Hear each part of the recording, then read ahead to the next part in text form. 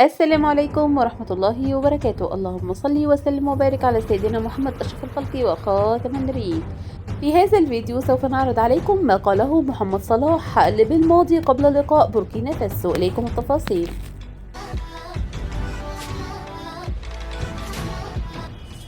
يواجه الناخب الوطني جمال بالماضي مواجهة انتقادات حادة من قبل تقنيين وإعلاميين وناشطين على شبكات التواصل الاجتماعي بسبب أداء قائد المنتخب الجزائري رياض محرز في لقاء أنغولا.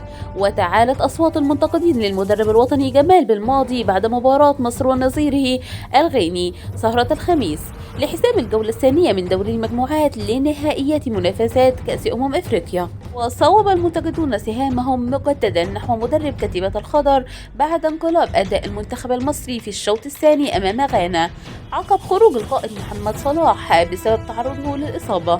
وقال محللون أن خروج القائد صلاح عاد بالنفع على المنتخب المصري الذي تحرر كثيرا وكان قادرا على انتزاع النقاط الثلاث من نظيره غانا في مباراة مثيرة انتهت بالتعادل الإيجابي بهدفين لا مثيل لهم. وعلى غرار ما حدث لكتيبة الفراعنة بعد خروج قائدهم محمد صلاح، طلب كثيرون من الناخب الوطني جمال بالماضي بإلقاء رياض محرز في دكة البدائل خلال مواجهة بوركينا فاسو. ويقول تقنيون والكثير من الناشطين أن دكة البدائل المنتخب الجزائري غنية بلاعبين قادرين على تقديم أداء أفضل مما قدمه محرز في مباراة منتخب أنغولا.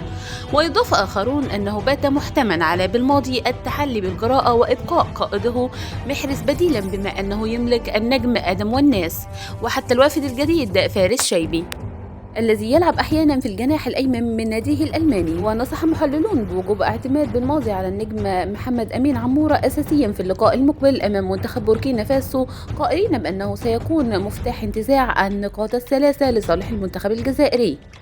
وبعد التعثر إيجابيا أمام منتخب أنغولا في الجولة الأولى، تحسر كثيرون على غياب المهاجم محمد أمين عمورة بسبب تراكم البطاقات الصفراء التي تلقاها في مشواره في تصفيات كان 2023.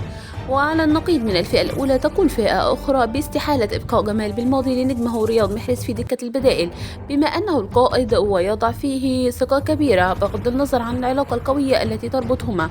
وسيكون المدرب بالماضي وأشباله أمام امتحان صعب زوال يوم غد السبت عندما يواجه منتخب بوركينا فاسو في ملعب السلام بمدينة بواكي لحساب الجولة الثانية من منافسات المجموعات الرابعة.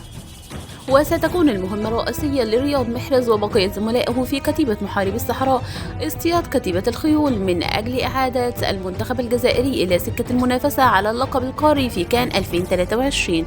وبالنهاية، إذا أعجبكم الفيديو لا تنسوا الاشتراك بالقناة وتفعيل زر الجرس ليصلكم كل جديد.